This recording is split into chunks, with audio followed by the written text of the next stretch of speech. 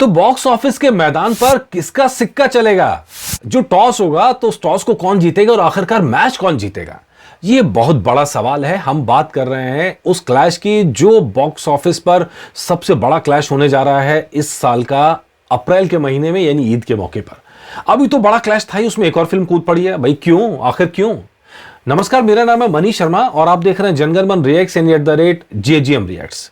तो आज बात कर रहे हैं उसी फिल्म की जिसके लिए आप कह सकते हैं कि भैया ये तो सुसाइडल है। एक तरफ अजय देवगन है, दूसरी तरफ अक्षय कुमार है, उनके बीच में फिल्म खुदा क्यों रहे हो? आखिर चाहते क्या हो? ये सवाल इसलिए क्योंकि एक तो फिल्म बहुत बड़ी फिल्म नाम नहीं है। फिल्म अच्छी हो सकती है, मैं ये नहीं कह रहा हूं उससे, लेकिन फिल्म अच्छी होगी तो बनने के बाद पता चलेगा। लेकिन आप जिस तरह का हाइप बड़े मियां छोटे मियां का है और जिस तरह का इंतजार मैदान फिल्म का है, वो दोनों के बीच में एक नई फिल्म लाके आप क्लैश करा रहे हो, तो आपको तो श्योर शॉर्ट नुकसान होने वाला है। अच्छा, अभी हम बात करें सबसे पहले, ये तो अभी 5 अप्रैल को देवरा रिलीज होने वाली थी। उसने जो भी सोच के उसने टाल दिया देवरा को आगे। बड़ा अच्छा फैसला है मुझे लग रहा है, क्योंकि देवरा शायद अब इस साल के आखिरी 6 महीने के अंदर कहीं स्लॉट की जाएगी, कुछ महीने आगे बढ़ा दी गई है। तो अब वो नया टाइम, नई डेट अभी आई नहीं है, वो तब आएगी जब आएगी। तो लेकिन देवरा का भी बेसब्री से इंतजार था कि भैया जूनियर NTR की फिल्म है और उस फिल्म के लिए काफ़ी बेसब्री थी। जिस तरह का टीजर भी आया था, हमने देखा, आपने रिस्पॉन्स भी दिया उसके ऊपर।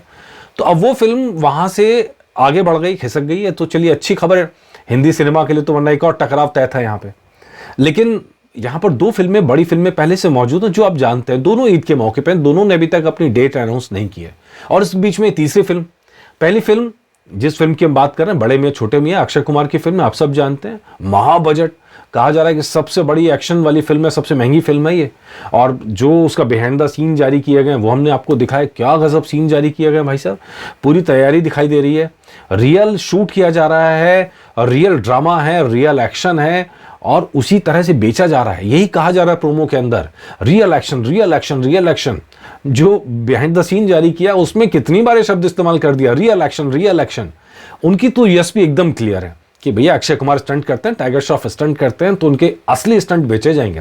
रियल एक्शन स्टार हैं, रियल एक्शन बेचा जाएगा। VFX के सारे एक्शन नहीं है, बम पास में फटेंगे, चेहरे पे दिखेगा। तो ये जो करने की कोशिश हो रही है, एक तरफ तो वो फिल्म है और जाहिर तौर पर मतलब इस फिल्म का इंतजार है, बेसब्री से इंतजार है। इनके मुकाबले में दूसरी फिल्म है मैदान, अजय देवगन की। 3 साल के अंदर 8 बार आगे टल चुकी है, इसीलिए फैंस को बेसब्री से इंतजार था। हमने कई वीडियो बनाए कि भैया मैदान ला कब रहे हो। तो अब वो फाइनली ईद के मौके पर आई है। तारीख का एग्जैक्ट डे अनाउंस अभी भी नहीं किया है। हो सकता है इन दोनों में से एक फिल्म पहले उतर जाए 5 को, एक फिल्म 12 तारीख को उतर जाए, कुछ ऐसा हो सकता है। लेकिन वो तो उनकी अपनी स्ट्रेटजी है। अजय देवगन की फैंस बेसब्री से इस फिल्म का इंतजार कर रहे थे। और सबसे बड़ी बात, सैयद अब्दुल रहीम साहब हैं, उनकी लाइफ पर आधारित है, जिन्होंने फुटबॉल का गोल्डन पीरियड देखा था, जिनके नेतृत्व में और 2 बार टीम ओलंपिक्स में पहुंची थी, फुटबॉल की टीम। तो जो फुटबॉल बेल्ट है, फुटबॉल के शौकीन है, उन लोगों के लिए तो फिल्म इंटरेस्टिंग है ही। अजय देवगन की एक्टिंग के लिए भी फिल्म काफ़ी इंटरेस्टिंग है। और इस फिल्म के साथ इतना बेसब्री से इंतजार हो रहा है, टलते टलते टलते, तो वो कहीं ना कहीं लोगों के दिमाग में है। 1952 से 62 तक की फुटबॉल की कहानी है। सबसे मजेदार चीज़ है कि फिल्म का बजट तो ज़्यादा बड़ा नहीं था, लेकिन इस डिले के कारण फिल्म का बजट बढ़ता गया। बोनी कपूर बताते हैं कि भैया मैंने 6 महीने के लिए एक 16 एकड़ का मैदान रेंट पे लिया था, लेकिन ऐसी नौबत आ गई कि भैया वो 3 साल तक रेंट देना पड़ा उसका। लगातार चलता रहा क्योंकि फिल्म की शूटिंग नहीं हो पा रही थी, कभी किसी चीज़ में अटक रहे थे। तो ओरिजिनल टफ बनाया था उन्होंने फुटबॉल के लिए, जहाँ पे शूट होना था। तो ये और भी बहुत सारी चीज़ें थी, इनके ग्राफिक्स और जिस तरह से वो पुराने टाइम में जा रहे हैं 1950-60 के दशक के अंदर, तो उस तरह की शूटिंग और VFX में इनको बड़ा काम होना था। तो उस लिहाज से आप देखेंगे तो ये भी मोस्ट अवेटेड फिल्म है। अच्छा, ये 2 मोस्ट अवेटेड फिल्म जिनकी हमने आपके साथ डिस्कस कर लिया, इसके साथ में जो फिल्म लाई जा रही है उसका नाम है फुले। महात्मा ज्योतिराव फुले और सावित्रीबाई फुले की जिंदगी पर आधारित है। प्रतीक गांधी इसमें ज्योतिराव फुले का किरदार कर रहे हैं। पूरी फिल्म वुमेन एम्पावरमेंट पर आधारित है, जो दोनों के नाम दर्ज है, जिन्होंने बहुत काम किया देश के लिए।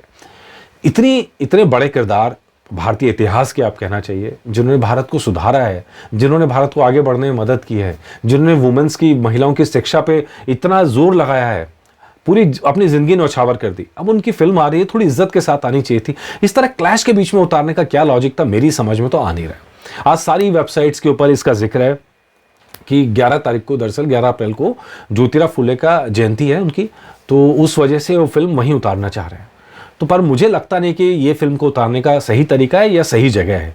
और अब वैसे भी अगर आप देखेंगे प्रतीक गांधी की जो फिल्में हैं, 3 महीने के अंदर अंदर आपकी लाइन से फिल्में लगी पड़ी हैं। 3 महीने भी नहीं बल्कि कहना चाहिए 1 महीने के अंदर अंदर डेट्स, क्योंकि है मार्च 22 को मडगांव एक्सप्रेस आ रही है, उसके बाद विद्या बालन की फिल्म आ रही है 2 और 2 प्यार, और 11 अप्रैल को फिल्म आ रही है फुले।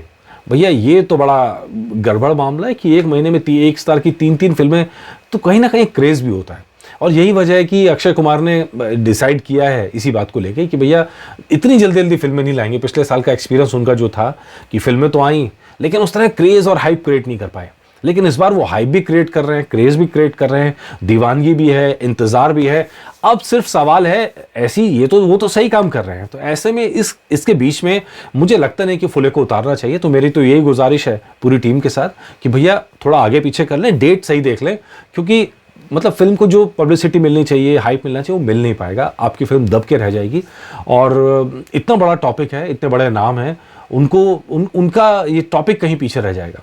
अगर बॉक्स ऑफिस पर सिर्फ नाम के लिए आनी है, सिर्फ OTT के लिए फिल्म बनाई, तो अलग बात है भैया, फिर जो आपकी इच्छा वो आप करें, हम तो सिर्फ सजेशन दे सकते हैं। बाकी आपको क्या लगता है इनमें से कौन सी फिल्म ज़्यादा बड़ा झंडा गाड़ेगी? हम तो कहते हैं भैया दोनों फिल्में चलें, दोनों फिल्में आगे बढ़ें, अच्छी फिल्म ज़्यादा चले, लेकिन आपको क्या लगता है कि इनमें से कौन सी फिल्म है जो ज़्यादा आगे बढ़ेगी, ज़्यादा कमाएगी, या जिसके लिए ज़्यादा बेकरार है? आप मुझे बताइएगा ज़रूर। नमस्कार।